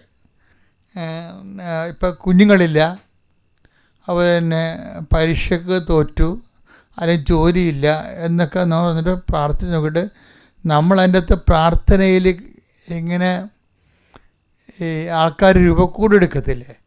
ഞങ്ങളുടെയൊക്കെ പള്ളികളിലൊക്കെ ഇരിക്കുമ്പോൾ ഈ പെരുന്നാളിനൊക്കെ ആൾക്കാർ രൂപക്കൂട് എടുക്കും. അപ്പോൾ ഞാനിങ്ങനെ കാപ്പിയൊക്കെ ഇട്ട് രാജാവിനെ പോലെ രൂപക്കൂടിൻ്റെ പുറകെ നിൽക്കും. അച്ഛന്മാർ കൊണ്ടുപോകണത്. അതായത് നിൽക്കുമ്പോൾ ഈ രൂപക്കൂടെ ഇങ്ങനെ രൂപ എഴുന്നള്ളിപ്പേണ്ട സമയത്ത് കുറേ മനുഷ്യരുണ്ടല്ലോ, രൂപ എഴുന്നള്ളിച്ചുകൊണ്ട് പോകുമ്പോൾ സമയത്ത് ഈ രൂപക്കൂട് താങ്ങിപ്പിടിക്കാൻ കുറേ ആൾക്കാരല്ലേ. അപ്പോൾ നമുക്ക് അവരെ കാണുമ്പോൾ സത്യം പറഞ്ഞാൽ ചിരി വരും. വെച്ച് കഴിഞ്ഞാൽ ഈ രൂപക്കൂടി ഇരിക്കണ മിക്കവാറും 5-8 പേരുടെ തോളയിലായിരിക്കും. മറ്റണ്ണന്മാരൊക്കെ വെറുതെ പിടിക്ക് ഈ ഒട്ടിച്ച് വെച്ചിരിക്കണ പോലെ, കൈ ഒട്ടിച്ച് വെച്ചിരിക്കണ പോലെ. അവന്മാരും തൊടത്തില്ല. നേർച്ചോണ്ടെന്ന് പറഞ്ഞ് കയറി പിടിച്ച് തൂങ്ങിക്കിടക്കി. ഇനി അവന്മാരെ കൂടി നമ്മൾ തൂക്കി ഈ പാവപ്പെട്ടവൻ കൊണ്ടുപോകേണ്ടി വരും. ഈ ദൈവത്തിൻ്റെ അടുത്ത് കൈ കൊടുത്ത് നിൽക്കണ കുറേ ആൾക്കാരുണ്ട്. കൈ കൊടുത്ത് നിൽക്കുക. അവന്മാർ വിശ്വാസപൂർവ്വം ഒന്നും എടുക്കത്തില്ല. ഒരു കൈ കൊടുത്തിട്ടേക്ക്, നടക്കട്ടെ, ഒക്കട്ടെ. ഞാൻ പിടിച്ചെന്നായി, തൊട്ടെന്നായി, കാവ്യെന്നായി പേരുണ്ട്, രൂപക്കൂട് കാവ്യെന്ന് പേരുണ്ട്. പക്ഷെ ഒരു കുഞ്ഞാൻ വിരലിപ്പോൾ ഒരു ഭാരം എടുക്കത്തില്ല. എഴുന്നള്ളത്തിന് നടക്കുന്ന സംഭവമാണ്. രൂപക്കൂട് കാവ്യൻ നേർച്ച ഉണ്ടെന്ന് ഞാൻ പറഞ്ഞു മാറി നിൽക്കണത്. അത് അവളില്ലല്ലോ എന്ന് പറഞ്ഞു കഴിഞ്ഞാൽ അയാൾ എനിക്ക് നേർച്ചയാണെന്ന് പറയും.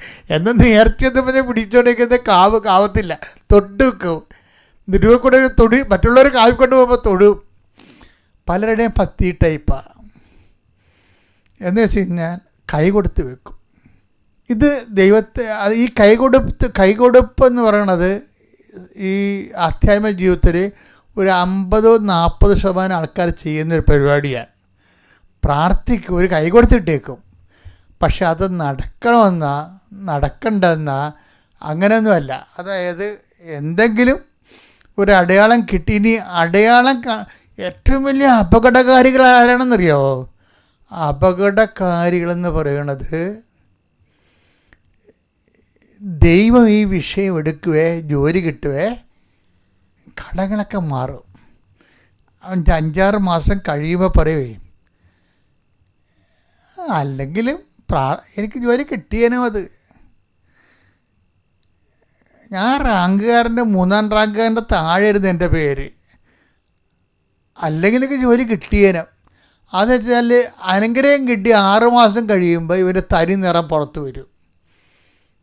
അനുഗ്രഹം കിട്ടി 6 മാസം കഴിയുമ്പോൾ പറയും, അല്ലെങ്കിൽ എനിക്ക് ആ ജോലി കിട്ടിയേനും, അല്ലെങ്കിൽ ഞാൻ ജയിച്ചേനും,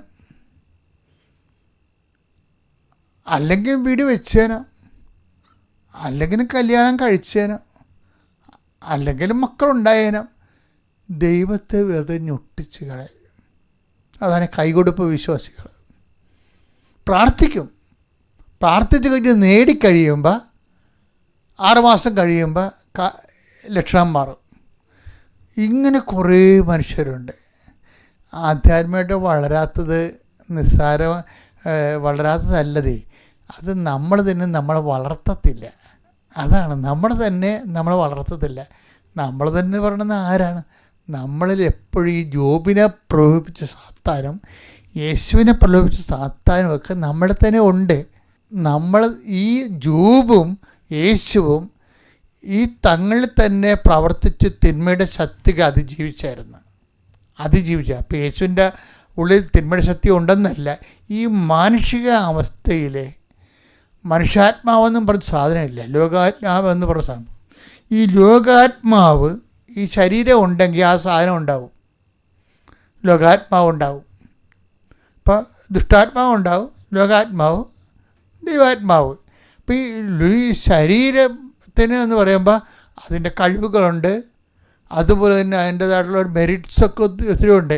അപ്പം നമ്മൾ ഈ മെറിറ്റ്സിനെ ചില സമയത്ത് അത് അങ്ങനെ എപ്പോഴായാലും നമുക്കത് കിട്ടുമായിരുന്നു. അത് പ്രാർത്ഥിച്ചില്ലേനും കിട്ടിയേനോ എന്നുള്ള ഒരു ഐഡിയ കുറേ കാലം കഴിയുമ്പോൾ നിന്നെ ശക്തിപ്പെട്ടു വരും. പക്ഷേ പ്രോബ്ലം എന്ന് വെച്ച് കഴിഞ്ഞാൽ ഒരു പ്രോബ്ലം ഉണ്ട് ഇതിൻ്റെ അകത്ത്. നീ ഇങ്ങനെ ഒരാളാണെന്നുള്ള ദൈവത്തിന് നേരത്തെ അറിയാം. അതാണൊരു പ്രശ്നം. ദൈവത്തിന് നേരത്തെ അറിയാം. നമ്മൾ ദൈവത്തോട് ഇടപെടുമ്പോൾ നേരത്തെ ദൈവത്തിൻ്റെ കയ്യിൽ നമ്മുടെ സ്കാനിങ് റിപ്പോർട്ട് ഉണ്ടെന്നുള്ളത് ഓർത്ത് വേണം നമ്മൾ ഇടപെടാൻ. ഇപ്പോൾ നമ്മളൊക്കെ ഉള്ളൊരു കുഴപ്പം എന്ന് വെച്ചാൽ ദൈവവും നമ്മൾ തമ്മിലുള്ളൊരു വിഷയം എന്ന് പറയുന്നത്, ഇപ്പോൾ മെഡിക്കൽ സയൻസിൽ നമ്മൾക്ക് ഇന്ന് പോയാൽ ഇന്നത്തെ ഒരു നമ്മുടെ ബോഡിയുടെ സ്കാനിങ് റിപ്പോർട്ട് ഇന്നത്തെ നമുക്ക് കിട്ടും. പക്ഷേ 10 കൊല്ലം കഴിഞ്ഞുള്ള നമ്മുടെ ബോഡിയുടെ സ്കാനിങ് റിപ്പോർട്ട് നമുക്ക് ഇന്ന് കിട്ടത്തില്ല. ദൈവത്തിൻ്റെ കയ്യിൽ ആ സാധനമുണ്ട്, അതാണ് കുഴപ്പം. അതൊരു വല്ലാത്ത കുഴപ്പമാണ്. 10 കൊല്ലം കഴിയുമ്പോൾ നീ എങ്ങനെ ദൈവത്തോട് പെരുമാറുമെന്നുള്ളതിനെക്കുറിച്ച് അസസ്മെൻ്റ് ഉണ്ട്. എനിക്ക് ബൈബിൾ ഇഷ്ടപ്പെട്ട സംഭവം തരാം. ഞാൻ ഇതൊക്കെ നിങ്ങൾ പറയാൻ തരാണെന്നറിയാവോ? ഈ മനുഷ്യന്മാരുടെ ഇടപെടണ പോലെ ദൈവത്തോട് ഇടപെടാതിരിക്കാൻ വേണ്ടിയാണ്. ചെന്ന് പണിമടിക്കേണ്ട വല്ല ആവശ്യമുണ്ട്? ആൾക്കാർക്ക് ഒരു ഹ്രസ്വദൃഷ്ടിയാണ്. എന്നുവെച്ചാൽ മനുഷ്യന്മാരുടെ ഇടപെടണ പോലെ ദൈവത്തോട് പോയി ഇടപെടും. ദൈവം ഇതെല്ലാം ഹരിച്ചും കുടിച്ചും ഒക്കെ ഒറ്റ ഗ്ലാൻസിൽ മൊത്തം റിസൾട്ട് വന്നിരിക്കണമല്ലേ. 10 ദിവസത്തിനോട് ചോദിക്കത്തില്ലേ കർത്താവ്? എന്താ ചോദിക്കണേ? ശെമയോനെ. ആരാണ് ശെമയോന് നികുതി കൊടുക്കുന്നത്? മക്കളാണോ അടിമകളാണോ? അപ്പോൾ ശെമയോൻ പറയും അടിമകളല്ലേ കപ്പം കൊടുക്കണത്. അപ്പോൾ ഈശോയ്ക്കും അപ്പോൾ മക്കൾ ഓക്കെ അല്ലേ, ഫ്രീ അല്ലേ? അപ്പോൾ ശെമയോൻ പറയാം മക്കൾ ഫ്രീ ആണ്. പക്ഷെ അങ്ങനെ ഫ്രീ ആകണ്ടേ, മര്യാദക്ക് പോയി കഷ്ടപ്പെട്ട് ഒരു ചൂണ്ടയിട്ട് ഒരു മത്സ്യം പിടിക്കണം. അതിൻ്റെ ഉള്ളിൽ വാവിളിച്ച് നോക്കുമ്പോൾ സ്ഥാദ്യം ഒരു സ്വർണ്ണനാണയം കാണും. അതെടുത്തിട്ട് എനിക്കും നിനക്കും വേണ്ടി കൊണ്ട് നീതി കൊടുക്കാൻ പറയും. ആരാധന ആരാധന ആരാധന ആരാധന ആരാധന ആരാധന ആരാധന.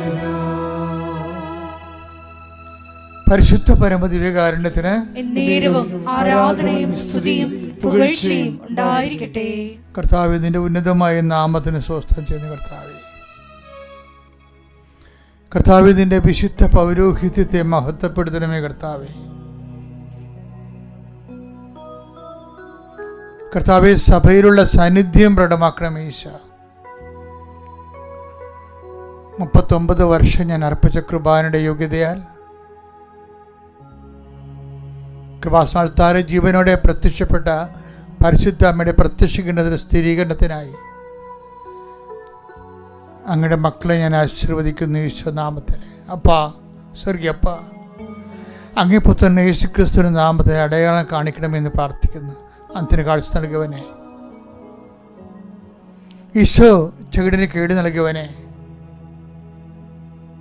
ഈശോ ഊമന് സംഭാഷണത്തിൽ നൽകിയവനെ, കർത്താവെ മഹോരോഗ്യം സുഖപ്പെടുത്തിയവനെ, കർത്താവെ തലവാരോഗ്യം സുഖപ്പെടുത്തിയവനെ, കർത്താവെ മരിച്ചവനും ഉയർപ്പിച്ചവനെ, അങ്ങനെ തിരുമുറുപാടുന്ന വലതുകരം അണിപ്രതാർന്ന അത്ഭുതകരം ഓരോ മകൻ്റെ മേലും മകളുടെ മേലും വെക്കണേ പ്രാർത്ഥിക്കുന്നു. എൻ്റെ പ്രിയപ്പെട്ടവർ, ഇപ്പോഴേ ഈശോ ചില സ്ഥലങ്ങളിലേക്ക് മുഴ പോലെ വന്ന് ക്യാൻസർ പോലെ നിൽക്കുന്ന സ്ഥലങ്ങളെ കർത്താവ് സ്പർശിച്ചുകൊണ്ടിരിക്കുകയാണ്.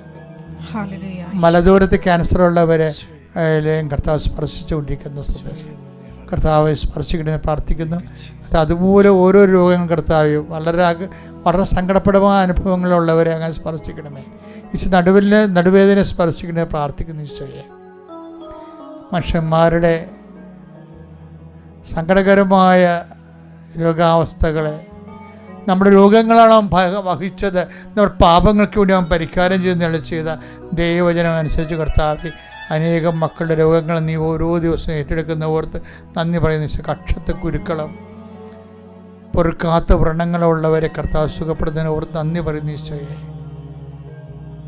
കൈകാലുകൾ കുഴഞ്ഞ് കർത്താവെ സ്വാധീനമില്ലാതിരിക്കുന്നവരെ അടിപ്പിണർ പോലെ കർത്താവെ വൈദാഘാതം പോലെ ദൈവികമായ ശക്തി അവരൊക്കെ ആവശ്യിക്കട്ടെ എന്ന് പ്രാർത്ഥിക്കുന്നു. ഉച്ചമുതൽ ഉള്ളംകാല് വരെ കർത്താവിൻ്റെ ശക്തി പടരട്ടെ. നടുവേദനയുള്ളവർ കർത്താവെ, പിൻകഴുത്തിൽ മുഴ പോലെ ഇരിക്കുന്നവരെ കർത്താവിൻ്റെ തിരുമുറുപാട് വലത് കർത്താവ് സ്പർശിക്കണേ പ്രാർത്ഥിക്കുന്നു. മക്കളില്ലാത്ത സ്പർശിക്കണേ കർത്താവെ. മൊബിലിറ്റി ഇല്ലാത്തവർ, കൗണ്ടില്ലാത്തവർ കർത്താവെ, അണ്ടം ഉൽപ്പാദിപ്പിക്കപ്പെടാത്തവർ ഈശോയെ, അവരെ സ്പർശിക്കണമെന്ന് പ്രാർത്ഥിക്കുക. എൻ്റെ കർത്താവിൻ്റെ ഉന്നതമായ നാമത്തിൽ സഭയുടെ അധികാരത്തിൽ കുരിശിൻ്റെ അടയാളത്തിൽ ദൈവശക്തിയാൽ മക്കൾ ഈശോ നാമത്തെ ആശീർവദിക്കപ്പെടട്ടെ. ഹല്ലേലൂയ ഹല്ലേലൂയ ഹല്ലേലൂയ ഹല്ലേലൂയ മഹത്വം മഹത്വം ആരാധന ആരാധന എല്ലാ രോഗങ്ങളും സുഖപ്പെട്ടുകൊണ്ട് ഈ ആരാധനയിലൂടെ അങ്ങയുടെ നാമത്തെ വീണ്ടും വീണ്ടും മഹത്വപ്പെടുത്തണമേ. ഹല്ലേലൂയ ഹല്ലേലൂയ ഹല്ലേലൂയ സ്വയം തൊടേ സുഖമായി എൻ്റെ ഉള്ളം അരികിൽ വരേണേ സ്വയം തൊടേ സുഖമായി എൻ്റെ ഉള്ളം. പരിശുദ്ധ പരമദിവ്യകാരുണ്യത്തിന് ആരാധനയും സ്തുതിയും പുകഴ്ചയും ഉണ്ടായിരിക്കട്ടെ. പരിശുദ്ധ പരമദിവ്യകാരുണ്യത്തിന് ആരാധനയും സ്തുതിയും പുകഴ്ചയും ഉണ്ടായിരിക്കട്ടെ. നരവനായുഷ്യന്റെ ഉന്നതമായ നാമത്തിന് സ്വന്തം ചെയ്യുന്ന കർത്താവേ, കർത്താവ് ഫ്ലൈറ്റ് ഡിലേ ഉള്ളവരുണ്ട് ഈശോയെ, അതിന് ടിക്കറ്റ് കിട്ടാത്തവരുണ്ട് ഈശോയെ, അവരെല്ലാം സമർപ്പിച്ച് പ്രാർത്ഥിക്കുന്നു. തിരിച്ചു വരാനോ തിരികെ പോകാനോ പറ്റാതെ വിഷമിക്കുന്നവരുണ്ട് ഈശോയെ, നാട്ടിൽ വന്ന് അകപ്പെട്ടവരുണ്ട് ഈശോയെ, അവരെ സ്വർത്തിനെ സംബന്ധിച്ച് പ്രാർത്ഥിക്കുന്ന ഈശോയെ. എന്ത് വിഷയമായാലും ഈശോയെ, അതിന് മേലെല്ലാം ദൈവം എന്നിൽ അംഗീകാര മുദ്ര ചാർത്തിരിക്കുന്നു. സമസ്തവും കർത്താവെ യേശുക്രിസ്തുവിൻ്റെ പാദത്തിൻ്റെ കീഴിലാക്കിയിരിക്കുന്നു എന്നാണ് ചെയ്തൊക്കെ ദൈവജനം അനുസ്മരിച്ചുകൊണ്ട് അടിയാൻ പ്രാർത്ഥിക്കുന്നു. സകലമാന ജീവിത ദുരിത തടസ്സങ്ങളും യേശുക്രിസ്തുവിൻ്റെ പാദത്തിൻ്റെ കീഴിലാക്കിക്കൊണ്ട് ദൈവം നാം മഹത്വപ്പെടുന്നതിനായി പ്രാർത്ഥിക്കുന്നു. വീടില്ലാത്തവരെ, ജോലിയില്ലാത്തവർ, വഴിയില്ലാത്തവർ, വെളിച്ചമില്ലാത്തവരെ, കർത്താവേ പലതരത്തിൽ പരീക്ഷകൾ എഴുതിയതിന് ശേഷം റിസൾട്ട് പ്രതീക്ഷിക്കുന്നവരെ സംബന്ധിച്ച് പ്രാർത്ഥിക്കുന്നു. വന്ന റിസൾട്ടിൽ കർത്താവെ അവർക്കുണ്ടായിരിക്കുന്ന ആവശ്യമായ യോഗ്യതയില്ലെങ്കിൽ അത് നടപടിക്രമങ്ങൾ എത്രയും വേഗം കർത്താവെ അവരെ ആ വിഷയം ഏറ്റെടുത്തുകൊണ്ട് അവർക്ക് അവരുടെ ജീവിതം കരുപിടിപ്പിക്കാൻ ആവശ്യമായ നിർദ്ദേശം നൽകി അവരെ അനുഗ്രഹിക്കണമെന്ന് പ്രാർത്ഥിക്കുന്നു. മക്കളോർത്ത് വേദനിക്കുന്നവരും വിഷമിക്കുന്നവരും ഓട്ടിസം പോലുള്ള ഹൈപ്പർ ആക്ടിവിറ്റി രോഗികളുള്ളവരുടെ മേൽ അടിപ്പിണർ പോലെ വൈതാക്രണം പോലെ ദൈവികമേ കർത്താവ് ദൈവിക ശക്തി ഓട്ടിസം രോഗികൾ സ്പർശിക്കണമെന്ന് പ്രാർത്ഥിക്കുന്നു. ദൈവികമായ ശക്തി പ്രാർത്ഥനയിലും ആരാധനയും ശക്തിയാൽ ഹൈപ്പർ ആക്ടിവിറ്റിയിലെ കുഞ്ഞുങ്ങളെ സ്പർശിച്ച് പ്രാർത്ഥിക്കുന്നു. മഹാമനോരോഗികളും മദ്യപാനാസക്തികളാൽ വിഷമിക്കുന്നവരും പല പോസ്കോ കേസ് മൂലം കേസിലൊക്കെ അപ്പെട്ടിരിക്കുന്ന മക്കൾക്ക് മനസ്സാന്തത്തിനുണ്ടാകുകയും അത് വിടൂരുണ്ടായാലും പൊതുജീവിതത്തിലേക്ക് അവരെ തിരികെ വരുവാൻ ഇടയാക്കണം പ്രാർത്ഥിക്കുന്നു. സ്തുതിക്കട്ടെ. Hallelujah hallelujah hallelujah hallelujah hallelujah hallelujah മഹത്വം ആരാധന ആരാധന ഹല്ലേലൂയ ഹല്ലേലൂയ. പരിശുദ്ധ പരമ ദിവ്യകാരുണ്യത്തിന് ആരാധനയും സ്തുതിയും പുകഴ്ചയും ഉണ്ടായിരിക്കട്ടെ. പരിശുദ്ധ പരമ ദിവ്യകാരുണ്യത്തിന് ആരാധനയും സ്തുതിയും പുകഴ്ചയും ഉണ്ടായിരിക്കട്ടെ. കർത്താവ് ജോലിയില്ലാത്ത സ്ഥലത്ത് പ്രാർത്ഥന ചെയ്യേ, സാമ്പത്തിക ബാധ്യതകളും ജപ്തി നടപടികളും നേരിടുന്നവരെ സംബന്ധിച്ച് പ്രാർത്ഥിച്ചേ, വിവാഹത്തിൽ പിരിഞ്ഞു നിൽക്കുന്നവരെ സംബന്ധിച്ച് പ്രാർത്ഥിച്ചോ. നിന്റെ വിശുദ്ധ പൗരോഹിത്യത്തെ മഹത്വപ്പെടുത്തുന്ന കർത്താവേ, വർഷങ്ങളായി ഞങ്ങൾ നടത്തുന്ന ആരാധനയിലും അതിനേക്കാളുപരി ജോബ്മാല റാലിയിലും കർത്താവ് പങ്കെടുത്ത് പ്രാർത്ഥിക്കുന്ന മക്കള് കർത്താവെ അവിടെ പ്രാർത്ഥനയോട് ചേർത്തുകൊണ്ട് ഞങ്ങൾ പ്രാർത്ഥിക്കുന്ന ഈശോയെ, ജീവിക്കാൻ മാർഗമില്ലാത്തവരും മറ്റുള്ളവരുടെ മുമ്പിൽ കൈനീട്ടേണ്ടി വരുമെന്ന് ഓർത്ത് പേടിക്കുന്നവരും എൻ്റെ കർത്താവ് എല്ലാ തരത്തിലുള്ള വിഷമം അനുഭവിക്കുന്നവരെ നീ ഏറ്റെടുക്കണമെന്ന് പ്രാർത്ഥിക്കുന്നു.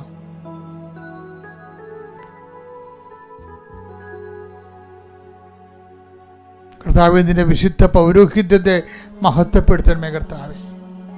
കർത്താവ് സഭയിലുള്ള സാന്നിധ്യം പ്രകടമാക്കണമെന്ന് പ്രാർത്ഥിക്കുന്ന ഈശോയെ, ഓപ്പറേഷൻ നേരിടുന്നവരെ, ആശുപത്രി ഓപ്പറേഷൻ കഴിഞ്ഞ് പോസ്റ്റ് ഓപ്പറേഷനിൽ ആശുപത്രി കഴിയുന്നവർ കർത്താവെ, ഇനിയും ടെസ്റ്റുണ്ട്, റീ ഓപ്പറേഷൻ ചെയ്യണമെന്നൊക്കെ പറയുമ്പോഴേ അങ്ങനെ വേദനിച്ച് കഴിയുന്ന മക്കളെ സമർപ്പിച്ച് പ്രാർത്ഥിക്കുന്ന ഈശോയെ, ടെസ്റ്റിന് ഓരോരോ ടെസ്റ്റിന് ശരീരത്തിന് ഓരോ ഭാഗങ്ങൾ കൊടുത്തിട്ട് ടെസ്റ്റ് കുഴപ്പത്തിലാകുമെന്ന് ഓർത്തിന് ആദ്യം കൊണ്ട് വേദനിക്കുന്നവരുടെ വേദനകൾ ഞാൻ പ്രാർത്ഥനയായി അങ്ങയുടെ തിരുസന്നിധിയിൽ സമർപ്പിക്കുന്ന കർത്താവേ. സമാധാനമില്ലാത്ത കുടുംബങ്ങൾ തെറ്റായ ബന്ധങ്ങളിലും പ്രണയത്തിൽ ചെന്ന് അകപ്പെട്ടിട്ട് തലഊരാൻ പറ്റാതിരിക്കുന്ന കുടുംബസമാധാനം നഷ്ടപ്പെട്ട് ജീവിതം തന്നെ പോയിരിക്കുന്ന അവസ്ഥകൾ കർത്താവെ, കള്ളക്കേസ് അകപ്പെട്ടിരിക്കുന്നവരെ അവരുടെ വിടുതലിന് വേണ്ടി പ്രാർത്ഥിക്കുന്നു. ശ്രുതികട ഹല്ലേലൂയ.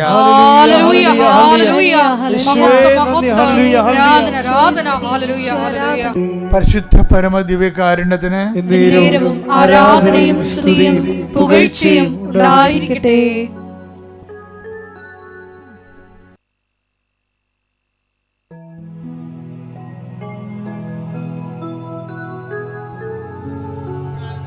നേരവും ആരാധനയും സ്തുതിയും പുകഴ്ചയും ഉണ്ടായിരിക്കട്ടെ. ശിരസ് നമിച്ച് നമുക്ക് ദിവ്യകാരുണ്യനാഥന്റെ ആശീർവാദം സ്വീകരിക്കാം.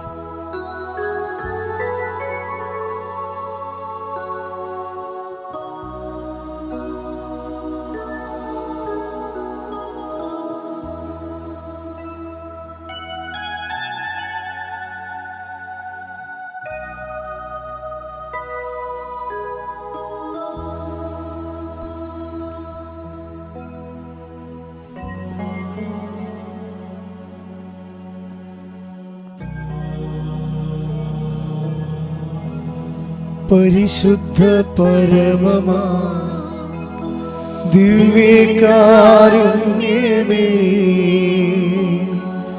എന്നുമെന്നും അങ്ങേക്കാരാധന. പരിശുദ്ധ പരമമാ ദിവ്യകാരുണ്യമേ, എന്നുമെന്നും അങ്ങേക്കാരാധന. പരിശുദ്ധ പരമമാ ദിവ്യകാരുണ്യമേ, എന്നുമെന്നും അങ്ങേക്കാരാധന.